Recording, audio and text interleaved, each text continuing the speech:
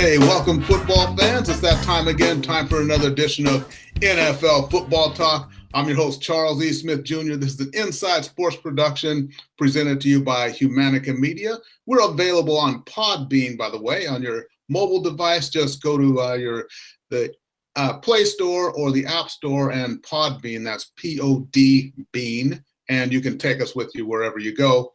And here we are. Wild Card weekend is over. It was kind of a dismal with my picks there. So I brought my alter ego here. This is the wizard of playoff football that you see before you, not the normal Charles E. Smith Jr. I've brought the wizard.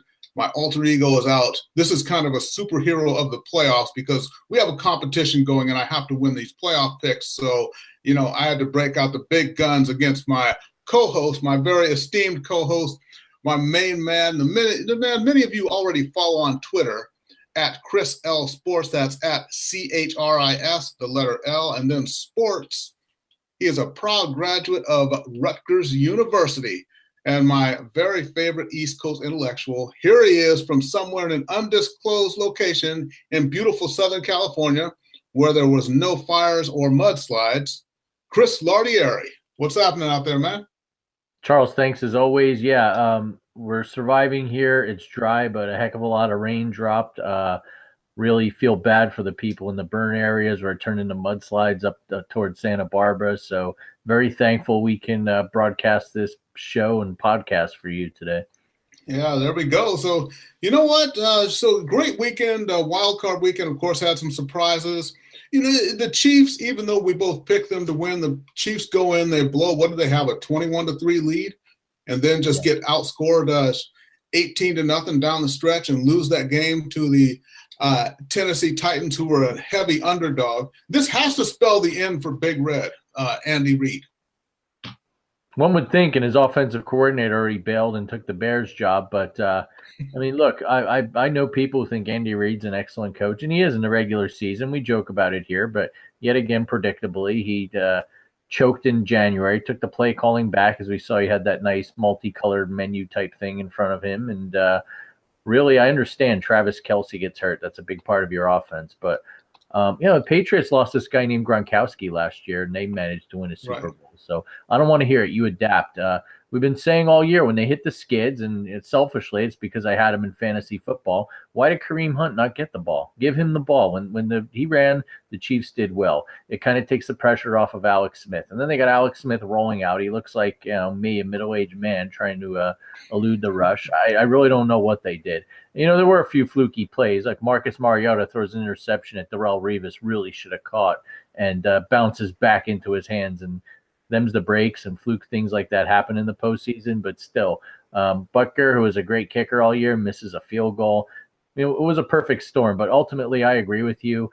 At what point do you cut bait with Andy Reid? The Chiefs were far less, I think, patient with Marty Schottenheimer, and he was a notorious playoff choke back in the 90s. So I'm not sure how long he'll stay there. I'm guessing he'll be there for the 2018 season. But really, he's just a guy, unfortunately, just can't get it done in the big game.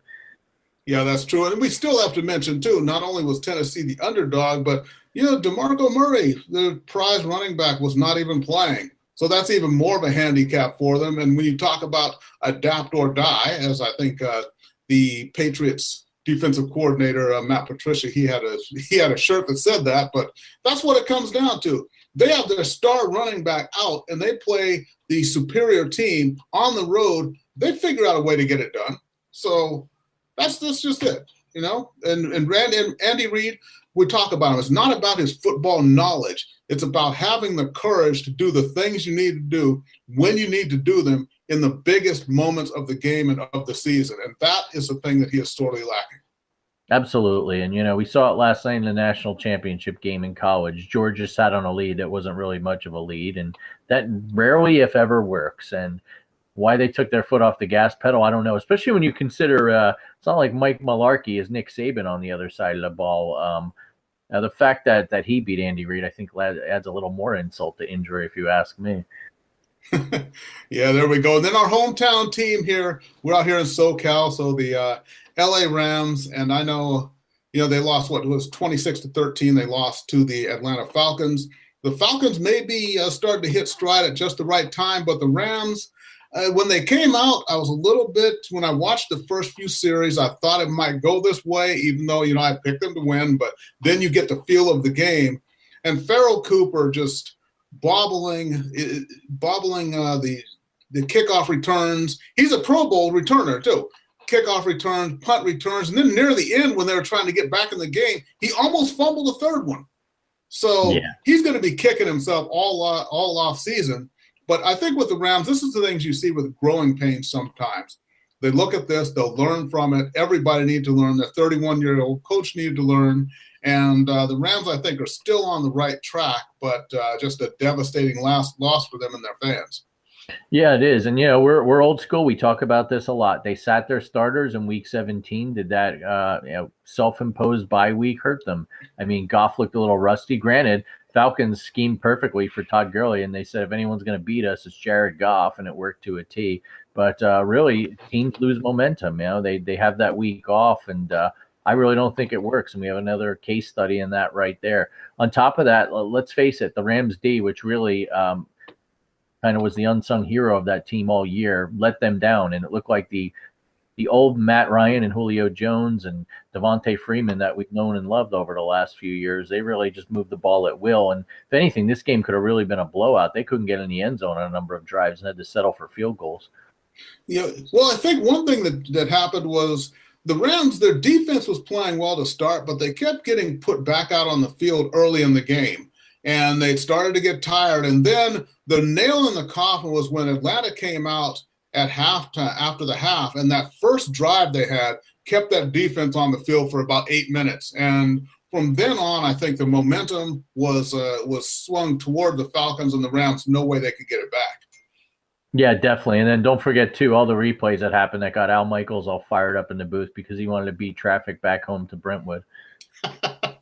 Yeah, there's that, too. And then, the Sunday games, Jacksonville and the Bills, and just what was a brutal game to watch. But even then, we talk about doing the right things in the right moments. And the Bills, there they are. They're hanging with Jacksonville. It's was it 3-0 for the Bills? I think the Bills scored first. Right. But they had the ball first and goal on the 1-yard line with Shady McCoy in the backfield. And you drop back to throw 3 times. Even Pete Carroll wondered what they were doing. Yeah, really unbelievable. I don't have an answer. I don't know what it is other than these guys clearly outthink themselves at big moments like this in the postseason. And this is what separates the men from the boys, coaching wise. I mean, I don't care if McCoy's playing on one ankle and his other one's hobbled out there. Give him the ball at least a couple times. I mean, Tyrod Taylor is no Tom Brady. I don't get that at all. Yeah, I know. And then we've got, of course, New Orleans. Oh, we getting some feedback there? What's happening? I'm good. Okay. All right. Okay, so New Orleans and Carolina, and that was the game. We did pick New Orleans to win. Carolina seemed like they kind of ran out of steam a little bit, but there again, you had the big drives in the second half. Carolina's defense getting worn down a little bit. Yeah, and, despite the fact that the Saints are pretty much control of this game, I mean, you got to hand it to Cam Newton. Whether he had a concussion or not, I guess we'll never know, but comes back in the game, and Christian McCaffrey with a long touchdown pass. But really, bigger picture, what the heck is Sean Payton doing on 4th and 2, going for it, throwing that pass that was ultimately intercepted? I mean, punt the ball away. The Panthers really, other than that McCaffrey play, hadn't been successful sustaining long drives throughout the game. I mean, if you ask me, Peyton dodged a bullet there. More people haven't been talking about this. I think they're lucky to win that game. Yeah, that's true. That was puzzling to me too. And, all's well that ends well, though. We see, and that's the thing in sports is it is kind of a myriad of different mistakes here and there. But if you win, all the sins of the past are just wiped clean. That's the way it goes. And everyone just talks about how you win. So, they got stiffer competition coming this week, obviously, but we'll see if they can keep it up. But that's another team I think New Orleans might be peaking at the right time. And I like the 2-headed monster they had at running back. And I find it kind of just unconscionable that management can't figure out these things. Like the only time the Saints were successful and went to the Super Bowl and won the Super Bowl was with Drew Brees at quarterback and a strong running game. Then they go away from that for years, and just have Drew Brees airing it out and throwing for 5,000 yards every year and can't get anywhere. Then they get a running game again, and what happens? They're back to where they were when they were in Super Bowl form. Yeah, take notice here, management, please. Yeah, absolutely. And I think the Seahawks and Lions should also be taking a specifically close notice on that, because you have to have, I know everyone thinks you have to throw to win. It's a new NFL and so forth. But if you can defend the pass or get a pass rush, you're going to be successful. Look at even what the Giants did to the undefeated Patriots. It wasn't that the Giants had a great secondary. It's that they had a tremendous pass rush and knocked Brady around. You need to have a running game to keep teams on their toes. And honestly, I think that's really what drove the Rams this year too. Todd Gurley had a phenomenal year. And look, Jared Goff did a complete 180 from last year, but Jared Goff is not the superstar quarterback that everyone thinks he is right now. He had the help of a nice offensive line and Gurley to keep teams on their toes. When Gurley got stopped, that's when the Rams lost. Yep. Absolutely. So, we're going to go ahead and pick the divisional round. But before we do, let's just get some general NFL stuff out of the way here. Of course, as we know, one of the things leading up to the Super Bowl that everyone likes is the new Hall of Fame class is always announced the day before the Super Bowl. And, they're down to the finalists now, which they're down to 15. Then they pair that to 10, and then there's 5 finalists. And once the 5 finalists, they have those, they have to get an 80% vote to get into the Hall of Fame. And all you fans out there, if you're wondering, you think you have some guys who they were on your team, they deserve Hall of Fame recognition, and you wish somebody would do it, you wish somebody would say something. All you have to do, and remember, any player can be considered for Hall of Fame to get into the Hall of Fame. All you have to do is write to the Pro Football Hall of Fame, give the player, give the reason, and they will at least consider it. So that's the way the process goes. And like this past year, they whittled it down to 108 players that they had in September. Now it's down to 25 in November. And now in January, it's down to 15. That'll go to 10 and then down to 5. But everyone gets consideration. So all you fans out there, if you want to be proactive here and not just sit around and complain that this person should be in and this person should be in, write to the Pro Football Hall of Fame. Put the player's name in there. Give the reason why, and he will be up for at least consideration. Now, Chris was not successful in getting Elvis Patterson into the Hall of Fame, but at least he did write the letter. Absolutely. I even, he had one of the greatest nicknames in football history. That Bill Parcells called him Toast because he got burned so often. So, I mean, that right there should at least got him some sort of consideration, right? There you go. Okay, so before we get into the picks, Mr. Lardieri, we'll go ahead and get back serious NFL here. You always have a little wisdom for us. What you got this week? Like you said, these wild card games were pretty much snoozers and a lot of bad and sloppy football. And even the Saints-Panthers game, there was a lot of right as you say, bad and sloppy football. The banner falls. It always goes at just the right time. It's a thing of beauty. But I wasn't talking about the Browns this time. That's kind of bizarre. So anyway, one takeaway I had is, look, I got something in common with Raider fans. I'm glad John Gruden's their coach because I don't have to listen to him announce anymore. I mean, the guy wouldn't even acknowledge he was going to be coach of the Raiders when the alert came out during the game that the Raiders were having a press conference Tuesday to announce him. You want to talk about humorless? And Sean McDonough, to his credit, look, I'm not saying he's the greatest announcer, but he even tried to kind of like knuckle and elbow Gruden a little bit. He just wouldn't bite. I mean, just a guy who wouldn't rip anyone. Had nice things to say about the Titans when they're getting their butts kicked in the first half. I mean, I'm sure he's a heck of a nice guy and a great football coach, but I am one guy that will not miss him on Monday Night Football. I don't care who the replacement is, but he can't be as boring and honestly a fence-sitter as Gruden was. So good luck in Oakland, John. Well, you have to wonder, too, and I'll just say for the record, I do not blame Gruden for taking this contract, but 10 years, $10 million, $100 million, the total length of the contract. So that's got to be crazy. And here's the thing, too, is we got to remember, if it doesn't work out, I'm sure there's a buyout clause in there, and he's going to probably get 90% of what he was supposed to get over the course of the contract. But when you look at this, and I talk about some coaches with what I call the residue of a Super Bowl trip or Super Bowl victory. Gruden, yes, he did win the Super Bowl as coach of Tampa Bay back in 2003, but you got to look at his overall record there. What was it? His overall record as a head coach. barely above 500. So Right.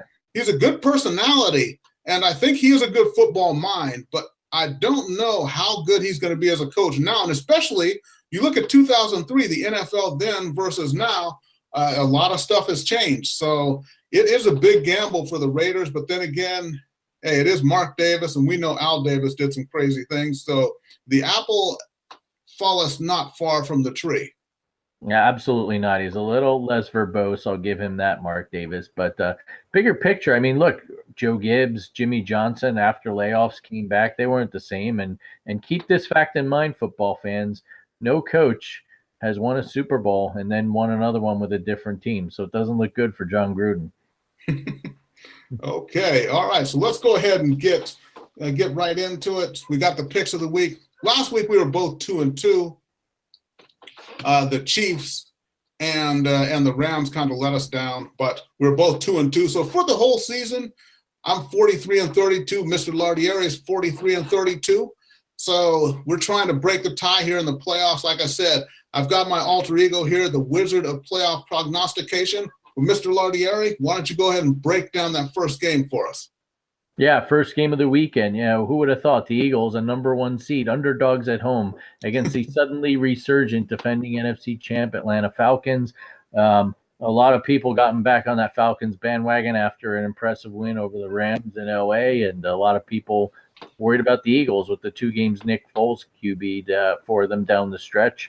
Got to tell you, regardless of who they were playing, I'd like to think whoever was going to go into Philly would have an advantage. And while I'm, throughout the year, I've been critical of Steve Sarkisian in that Falcons offense and the fact that Matt Ryan, Julio Jones, just to name a few, didn't seem to be on the same page.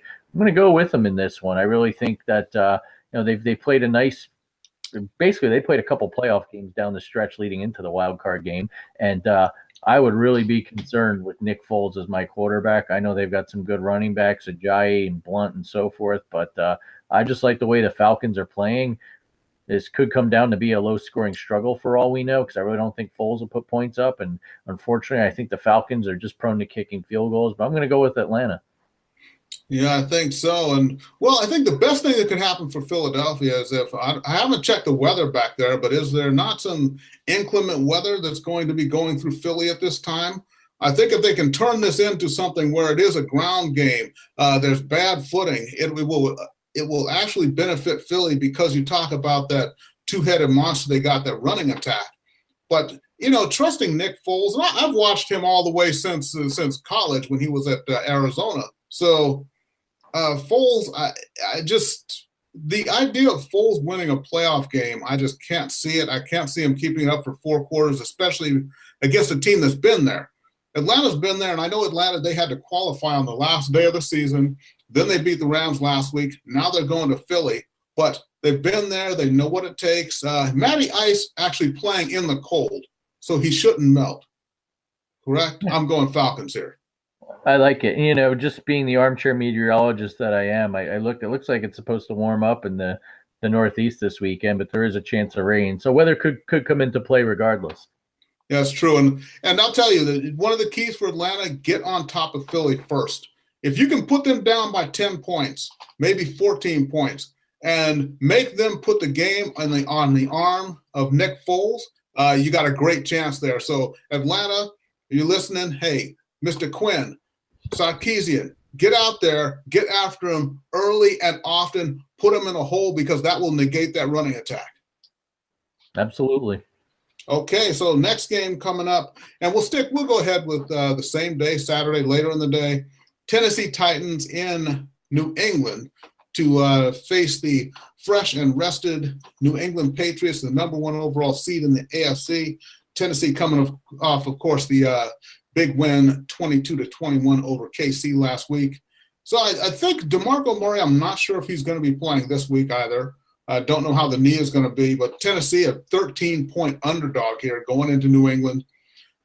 Hey, Mariota versus Brady, Tennessee versus New England playing at home, all the Super Bowl rings. You know what? No analysis really needed here. Mr. Lardieri, I'll turn it over to you. I am taking New England at home in the playoffs. That's all to it. Yeah, I'm going Patriots too. I have no analysis, but I will say, relative to the ESPN piece that came out about the supposed controversy in Foxborough, Right. Bill Belichick will not be coaching the Giants. Tom Brady will not be playing till he's 45. And yes, I do think Jimmy Garoppolo was traded away deliberately, but I don't know who ordered it. And I guess the next great congressional investigation will get to the bottom of that, right? Yeah, it may take 4 years, but they'll get to the bottom of it. Good. Okay, going to the Sunday game, starting Sunday at 10 o'clock, and should be an interesting game, being what happened earlier in the season. Mr. Lardieri, take it away. Yeah, the Jaguars with Blake, despite having Blake Bortles at quarterback, really, I mean, this is a story of one of the most tremendous defenses I've seen assembled that's made a playoff run with such a bad quarterback since I think the '01 Ravens of Trent Dilfer and Tony Banks fame. But they really spanked the Patriots earlier this year in early October. Leonard Fournette ran all over them. Roethlisberger got picked off 5 times.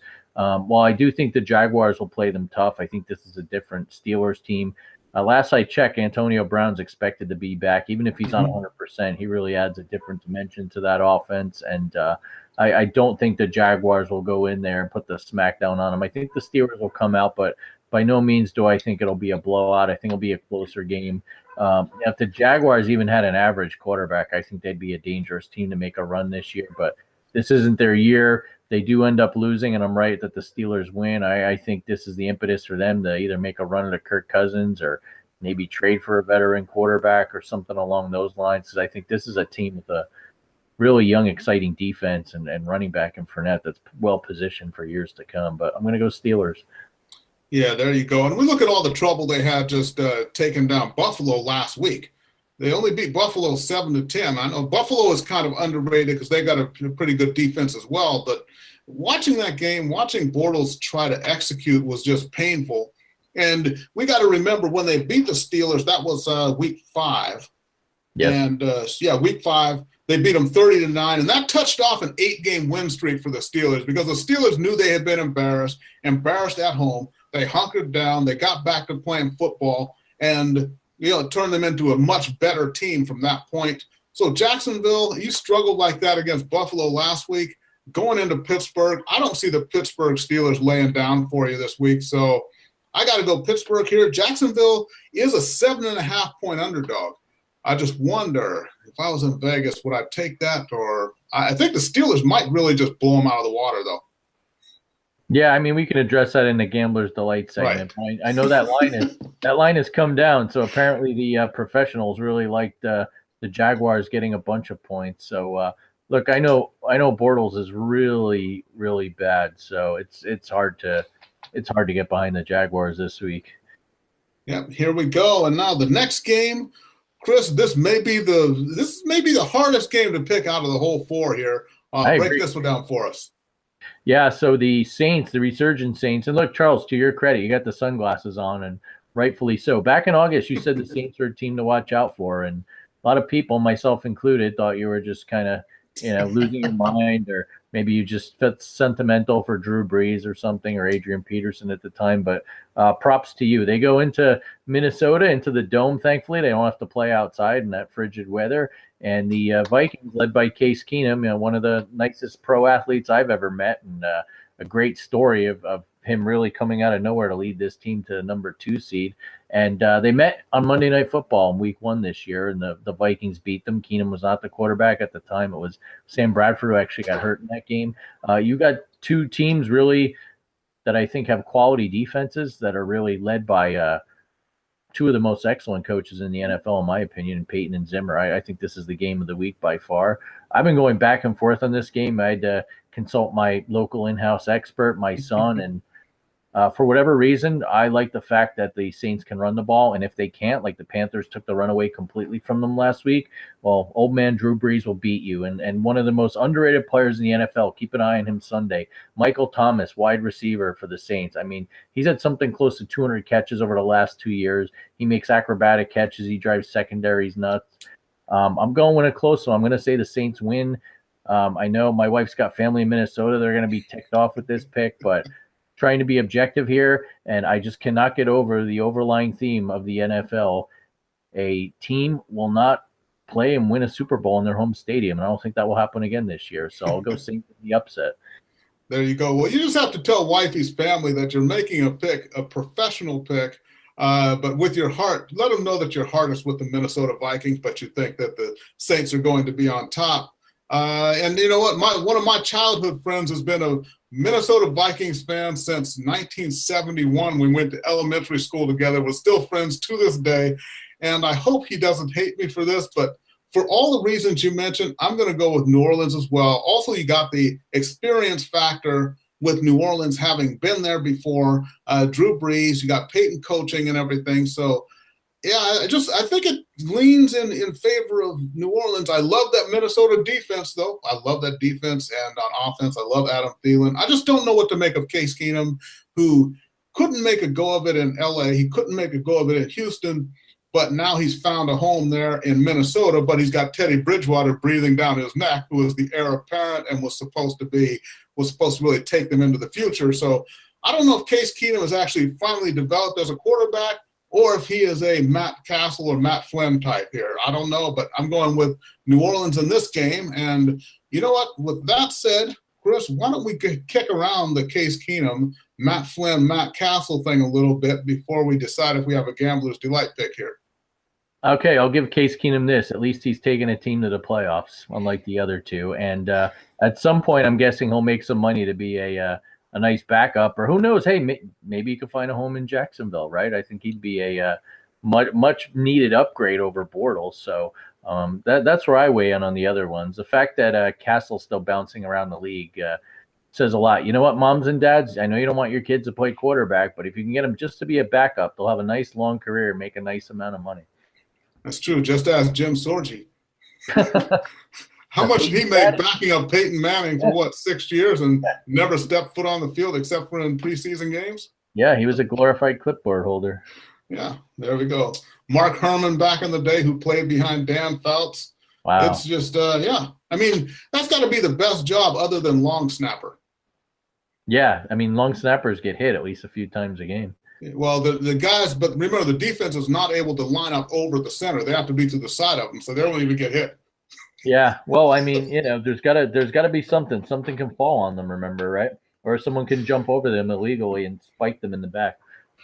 Hey, Cam Chancellor's one of my homies, all right? So let's leave him out of there. So, hey, there's the picks of the week. So it should be a pretty exciting weekend, capped off with what should be the best game of the week, which is supposed to start at 1:30 on Sunday. And, from time to time through the regular season, we did it every week. Last week, we did not really have a pick, but Gambler's Delight pick, if someone had $20 and they're a sports book in Vegas, we do suggest that you gamble responsibly. So, Chris, do you have a Gambler's Delight pick this week? Yeah, reluctantly I do. In addition to the Saints upset, which I think is a valuable play right there, I just think the Jaguars are getting too many points. And I think at some point that line could sway back again, but worst comes to worst, if you were to look at tonight's lines, they're getting 7.5. I could see this being a 7-point game and the Jaguars covering. I could see even seeing them keeping it close like they did inadvertently with Buffalo. But that defense is too much, and I think they will force turnovers. Look, Ben's not the Ben of old, and he's been prone to turnovers, and Jacksonville's got one of the, if not best, secondaries in the league. So take the points. At some point during early in the week, it was as high as 9.5. You see that line go back up, jump all over it. I'm not going to be gutsy enough to say the Jaguars will win, but I think they'll make you some money. Yeah, there we go. So you know what? I'm going to go to Philly here. Actually, I'm going to go with Atlanta in Philly. Atlanta -3. We haven't seen Nick Foles play full games of football for a long time, so people forget just how bad he can be. And Atlanta's defense, they're pretty quick. I think they're going to force him into some bad throws, some bad decision-making, which he is prone to. So Atlanta -3, go ahead, give those points because I think they beat Philly by a pretty good margin. Now, Philly fans, I know if Carson Wentz was in there, there'd be a whole different ball game. But unfortunately, he isn't. So that's my Gambler's Delight pick. I'm going to go with Atlanta -3. I like it. Picking a favorite. Yeah. So, well, you know what? With Jacksonville, though, you talk about Big Ben throwing interceptions, we got to remember He did. I mean, it's big. It seems like he throws them at really inopportune moments sometimes, but he only had 14 interceptions on the season. 5 of those came in that game against Jacksonville. So just a disaster all around that really kind of skewed his stats for the season. Yeah, I'll take my chances. Okay. All right. There we go. So before we go ahead and sign off here, remember, everybody, you can follow me on Twitter at The Inside Sports. Follow Chris on Twitter at Chris L Sports. And you can listen to all of our shows, past, present, and future, on Podbean. Go ahead and download that app to your mobile device and take us with you wherever you go. Mr. Lardieri, before we get on out of here and get prepared for another great weekend of NFL football, you have some final parting words of wisdom for all the NFL public out there? Yeah, I do. I'm going to tie it into last night's national championship game, and tale of two coaches right there. You've got Nick Saban, who I consider to be the Belichick of college football, and he coached under him at one point in the NFL, so it makes a lot of sense.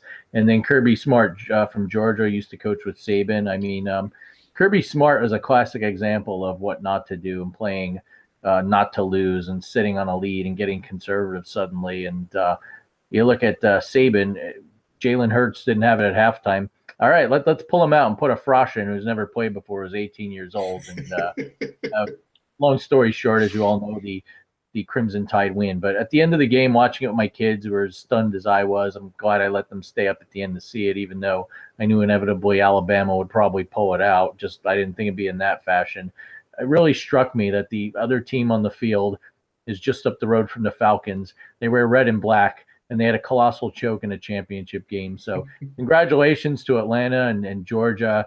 You've got the Falcons, you've got the Bulldogs, just a fitting end there. Two teams that really don't learn their lesson about sitting on leads and taking your foot off the gas. Put your opponents away, football coaches. That's all I've got.